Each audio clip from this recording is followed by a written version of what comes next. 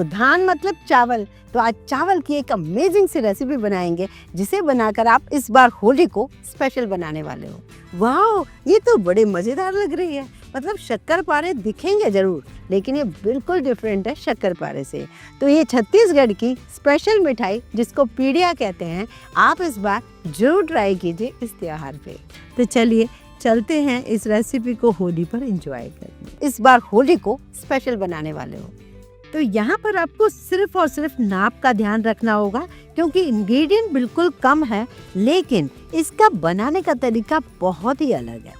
तो सबसे पहले मैंने एक कटोरी सेट कर लिया, उसी से मैंने चावल का आटा ले लिया। अब मैंने उसी कटोरी से आधा कप पहले दही लिया है और उसके बाद अभी जितना दही लगेगा उसी दही से मैं इसको गूंथ लूँगी। नमक नहीं डालना है, बेकिंग पाउडर नहीं डालना है, बेकिंग सोडा कुछ नहीं डालना है, बस दही से ही गूंथना। बस एक बात का आप ध्यान रखिएगा, दही ना खट्टा नहीं होना चाहिए। दही अगर खट्टा हुआ तो उतना मज़ा नहीं आएगा इस रेसिपी में, बस इतना ध्यान रखना है। अगर आपका दही खट्टा भी है तो फिर आप क्या कीजिए, आप ना उसे फिर आधा दही लीजिए, बाकी आधा पानी लीजिए। वैसे कोशिश करिए जब आप ताज़ा दही जमाते हो तो उससे अगर आप बनाओगे या ताज़ा दही लाते हो तब आपका खट्टा बिल्कुल नहीं होगा। इतना प्यारा सा डो लग रहा है ना, ऐसा लग रहा है मतलब मक्खन मलाई का डो है। बस इसी से ही मिठाई बना लो, लग रहा है चीनी डाल के ऐसे छेने जैसा लग रहा है। तो ये कंसिस्टेंसी भी आप देख लीजिए। वैसे तो हमारे घर में कद्दू कसनी होती है तो आप इसे यूज़ कर सकते हो, सेव की मशीन यूज़ कर सकते हो। और अगर आपको सेव बनाने में बिल्कुल इंटरेस्ट नहीं है या मशीन नहीं है या कद्दू कसनी नहीं है तो कोई बात नहीं, आप इसकी छोटी छोटी पतली सी टिक्कियाँ बना लीजिए। ये भी कर सकते हो या ऐसे बेल कर पतली पतली मठरी काट सकते हो। मतलब ये इतना ईजी है, आप हर तरीके से बना सकते हो। एक साइड कढ़ाई रखेंगे और कद्दू कसनी है जैसे हमारे घर में होती है उससे बारीक सेव बना लीजिए। सेव मशीन है तो सेव मशीन से बना लीजिए। अब आपको लगेगा ये बन क्या रहा है, अगर आप वहीं के आसपास के हैं या वहाँ का कुछ ये रेसिपी खाई है तो आप ज़रूर पहचान गए होंगे कि ये क्या चीज़ है। वैसे मैं अभी आपको बताऊंगी कि हम इसके लिए बना क्या रहे हैं। और ना थोड़ी गोल्डन ब्राउन तक हमें सारी चीज़ों को फ्राई करना है। शुरू में देखिए मैं बिल्कुल नहीं चलाया, मुझे डर लग रहा था, लेकिन बाद में मैं चला रही हूँ, अब कोई प्रॉब्लम नहीं आ रही है। ये अभी तो लाइट कलर का आया, थोड़ा डार्क कलर का हो जाए गोल्डन कलर, फिर मैं निकाल लूँगी। मतलब किसी भी शेप में हमें तलना है, हमें इसको आगे जाके इसको कूटना है।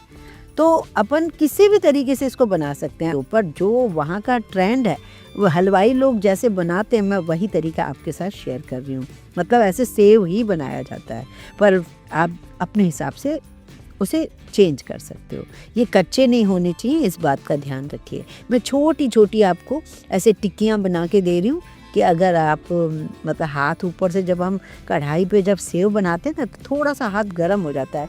मेरी चूड़ियाँ इतनी गर्म हो गई थी, मुझे उतारनी पड़ी।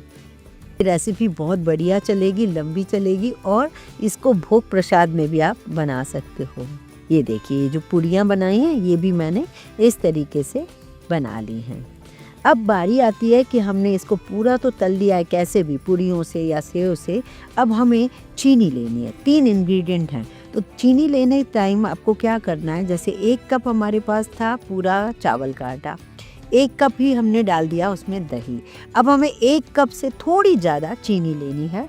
आधी चीनी तो लेनी है पिसी हुई और आधी चीनी साबुत ले लीजिए। पिसी हुई चीनी नहीं है तो अभी पीस लीजिए। अगर पिसी हुई चीनी है तो जैसे मेरे पास पिसी हुई चीनी थी तो मैंने आधी आधी ले ली। अगर नहीं है तो पूरी साबुत ले लीजिए, हम पीस लेंगे अभी। अब ये ठंडे करके आप इस तरीके से पीसते जाइए। देखिए कलर कितना इक्वल आया है ना, बहुत ही बढ़िया। अब जब इसको आप पूरा पीस लोगे ना तो पीसने के बाद क्या करोगे, हल्के गरम में ही आपको पिसी हुई चीनी डाल देनी है। जी हाँ, हल्के गरम में जब आप पिसी हुई चीनी डाल दोगे ना तो ये बहुत बढ़िया लड्डू के तरह आप इसे बांध सकोगे।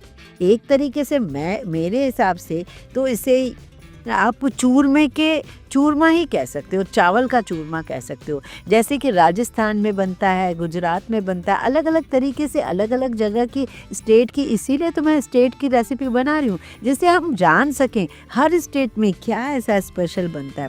वैसे तो आपको पता ही है, स्टेट की रेसिपी बनाती हूँ तो मैं स्ट्रीट साइड का फूड उठाती हूँ, लेकिन मैंने सोचा होली का समय है, क्यों ना वहाँ का मीठा बनाया जाए। तो इस मीठे का नाम है पीड़िया। और क्योंकि मैंने ये रेसिपी कभी एक आध बार ही पहले बना के देखी है बस, तो बड़े मेरे लिए बड़ी नई थी, तो मैंने सोचा मैं आपके साथ शेयर करूं। जब मैंने पहले बना के देखी थी तो हमारे घर में भी सबने पसंद की थी, तो मैंने सोचा इस होली पे आप भी बना कर देखिए। अब आपको क्या करना होगा, इसके इस तरीके से ये शेप देना होता है, इसी शेप की होती हैं। तो अब क्या है कि आपको घी डाल सकते हो उसके ऊपर।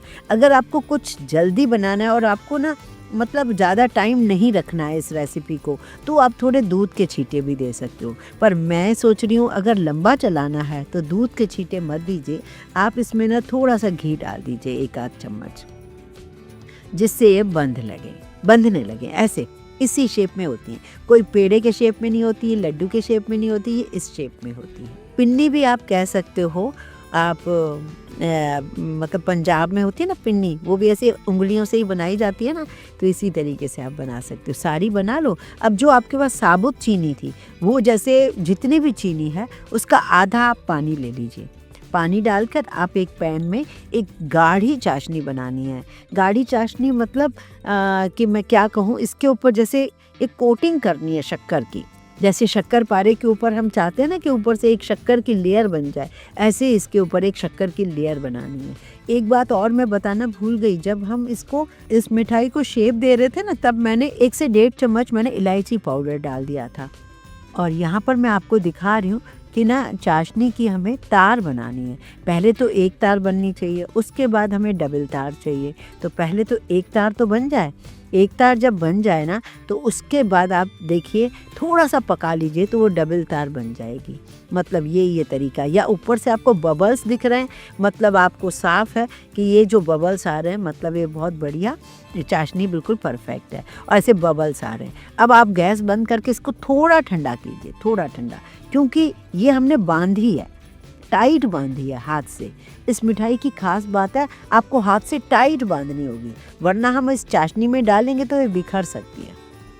मैंने एक शीट बिछाई है और उस पर थोड़े से नारियल का बुरादे को बिछा दिया है, जिससे वो नीचे चिपक ना पाए, हम आसानी से उठा पाएँ। और फिर एक एक इस मिठाई को मैं उठा रही हूँ और उसको ना चाशनी में डुबो रही हूँ। और चाशनी में डुबोने के बाद मैं उसको नला धुला के ऐसे रख रही हूँ और फिर ऊपर से मैं रख रही हूँ नारियल का बुरादा, जिससे वो बहुत सुंदर भी लग रही है और एक शक्कर की एक बढ़िया कोटिंग इसके ऊपर लग जाएगी। बहुत ही अनोखी मिठाई है।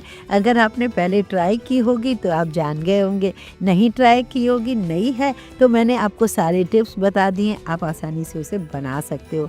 ये देखिए ना, मैं आपको दिखा रही हूँ कैसे शक्कर ऊपर से लग रही है ना, तो ये शक्कर गाढ़ी हो गई थी आखिरी में। तो बस आसानी से आप उसके ऊपर डाल दीजिए और थोड़ी देर छोड़ दीजिए, 1 आध घंटा, बिल्कुल बढ़िया क्रिस्प। जैसे हमारे यहाँ साटे बनते हैं तो वो साटे भी बिल्कुल इसी तरीके से मतलब कोटिंग होती है शक्कर की। तो इसका बनाने का तरीका बहुत ही अलग है। मैदा, सूजी, आटा बिल्कुल नहीं है, ये चावल के आटे से बनते हैं, बना के बिल्कुल दही से गूँथ के बनाते हैं। तो आप इसे ना एक बार तो ज़रूर ट्राई कीजिएगा, आपको बेहद पसंद आएगी।